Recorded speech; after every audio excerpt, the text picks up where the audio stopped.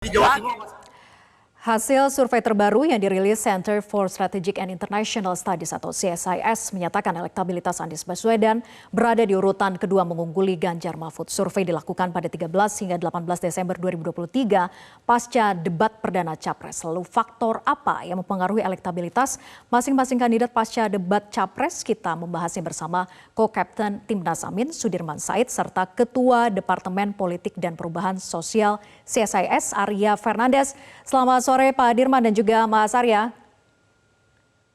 Selamat sore. Baik, saya ke Mas Arya dulu ya. Mas Arya, faktor apa yang mempengaruhi elektabilitas Amin ini pasca debat Capres berada di urutan kedua tinggalkan Ganjar Mahfud? Ya, saya kira ada beberapa kondisi dan faktor yang mempengaruhi ya. Tidak hanya pasangan nomor satu Pak Anies dan Pak Muhaimin, tapi juga saya ingin menyinggung dua pasangan lainnya. Nah, saya kira beberapa hal yang pertama yang penting dilihat saya kira untuk saat ini adalah tentu ini tren baru saya kira soal debat ya. Tren baru ini adalah gejala baru yang mungkin tidak kita dapatkan pada dua pemilu sebelumnya. Saat kita melakukan survei, kita menemukan ada kecenderungan masyarakat kita saat ini mulai memberikan perhatian yang cukup intens pada performa kandidat di debat calon presiden dan juga mungkin calon wakil presiden ya. Kita misalnya menemukan setengah dari populasi kita menonton debat ya. Dan itu tentu angka yang cukup besar ya. Dan apalagi kita akan ada 3 putaran debat lainnya ke depan. Dan kalau kita tanya, ada sekitar 24%-an orang yang belum mantap dengan pilihannya.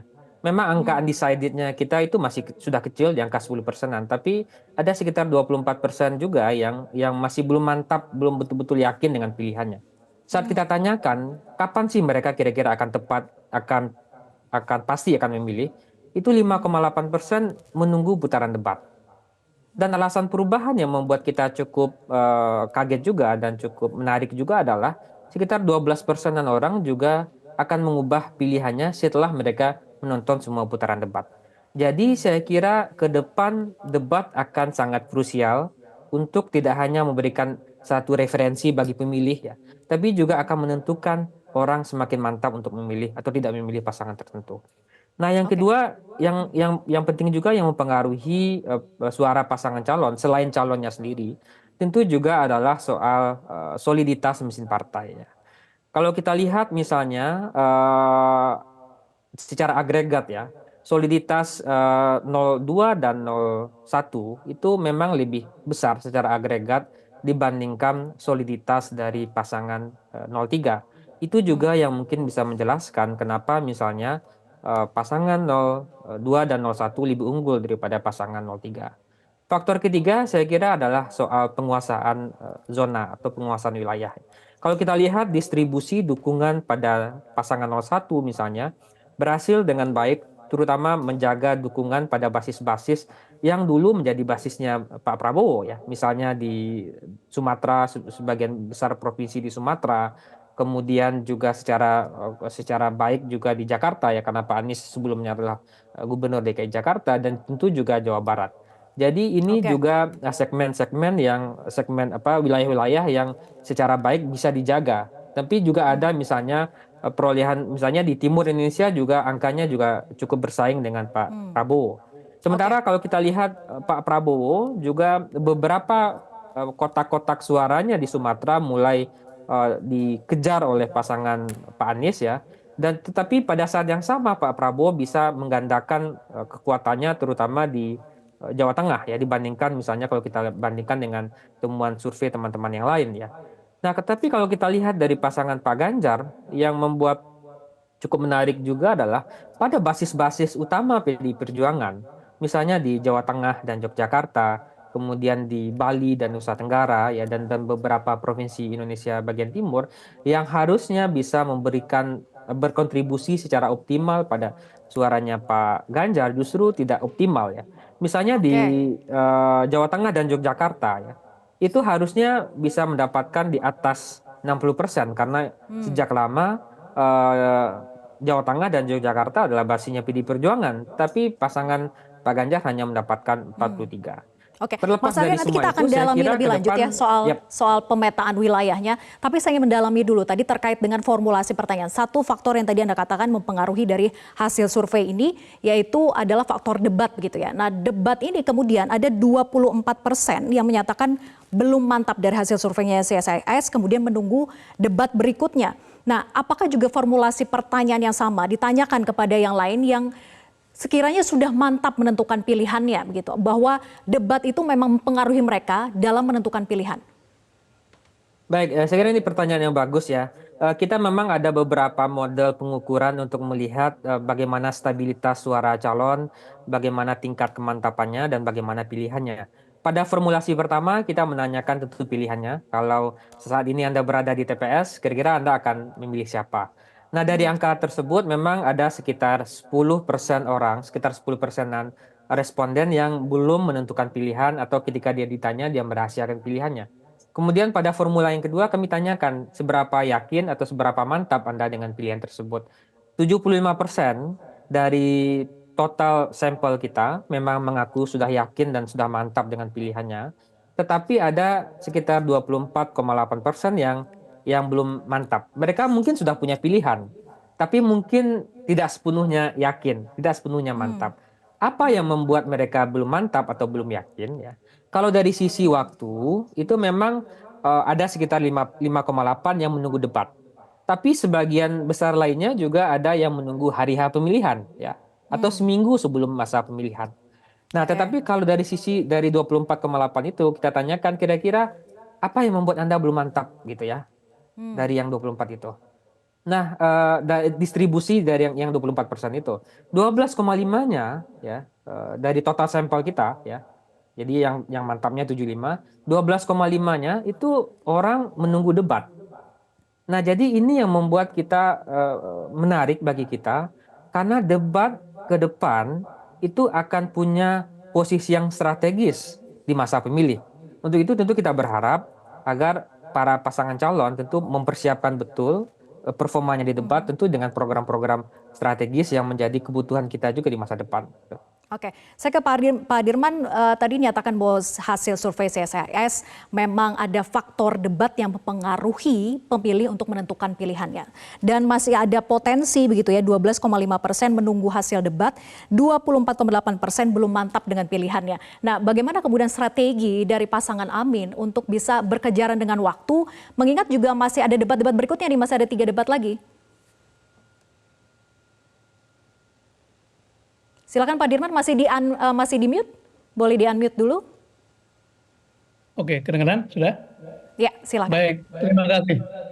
Mas Arya, terima kasih memberikan satu perspektif metodologi ilmiah yang menjelaskan hubungan antara sikap pemilih dengan setelah menyaksikan debat. Dan saya kira memang ini satu konsekuensi dari semakin cerdasnya pemilih, semakin knowledgeable-nya pemilih.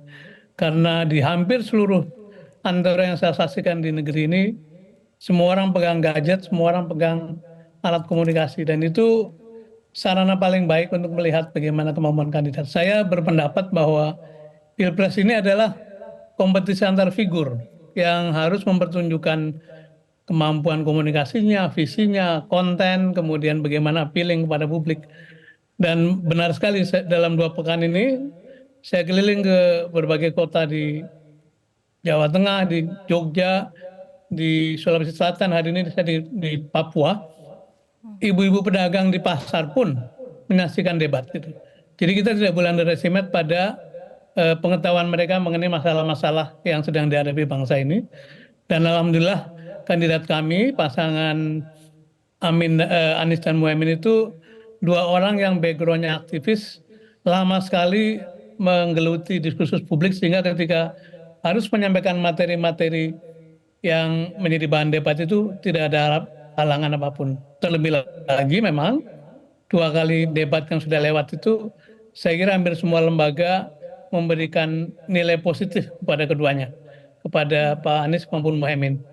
Yang juga menarik adalah ada konsistensi antara beberapa lembaga survei yang dipandang masih kredibel, bahwa sejumlah besar pemilih masih menunggu, baik karena belum memutuskan maupun karena belum mantap. Ini bagi kami adalah tabungan, karena dalam pekan-pekan ke depan, ketika mereka menyaksikan tahapan-tahapan debat berikutnya, insya Allah akan menjadi penentu sikap mereka pada akhirnya. Dan kata orang tua kita itu, politik itu mirip ada badmintonnya, ada bulu tangkis gitu ya. Jadi kita bermain hati-hati, kalau lawan salah kita dapat poin.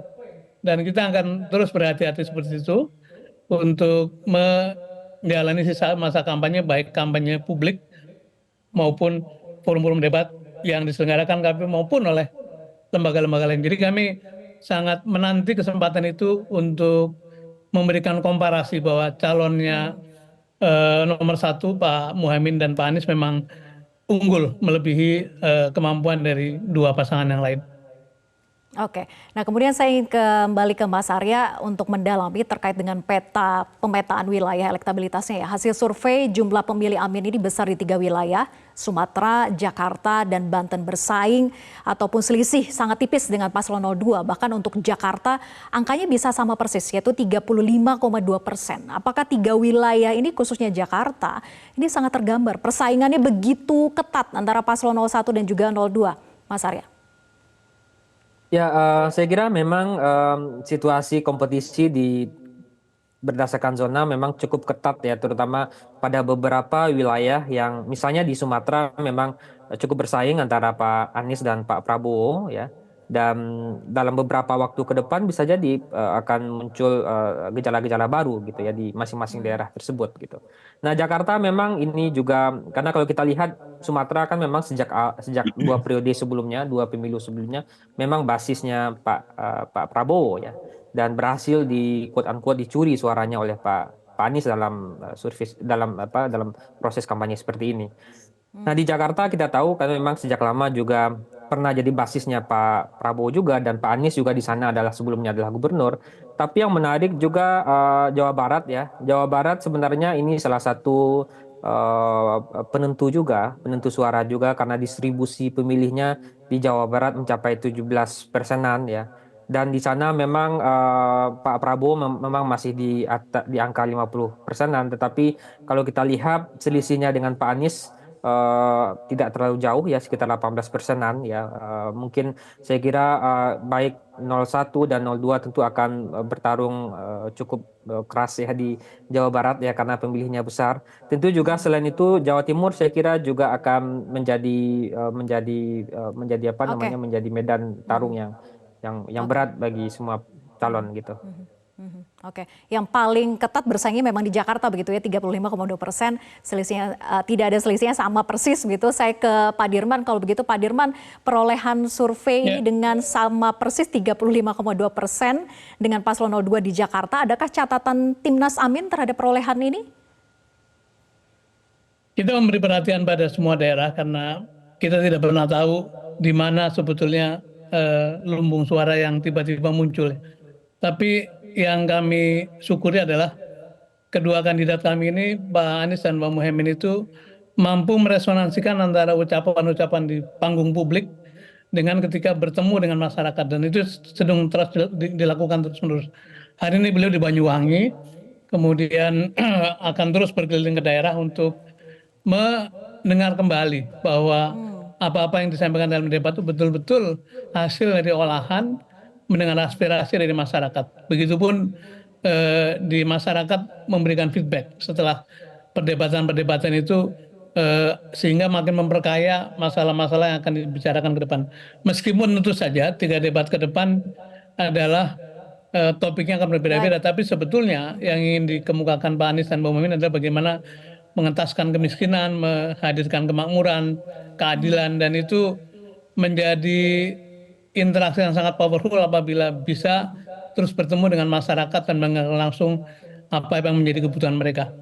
Saya tadi ada di satu suku di Sorong di sini, yang letaknya tidak jauh dari kota, tapi rupanya di daerah itu tidak memperoleh penerangan, tidak memperoleh air yang cukup, padahal warga itu sudah terbuka oleh jalan arteri yang luasnya bukan main.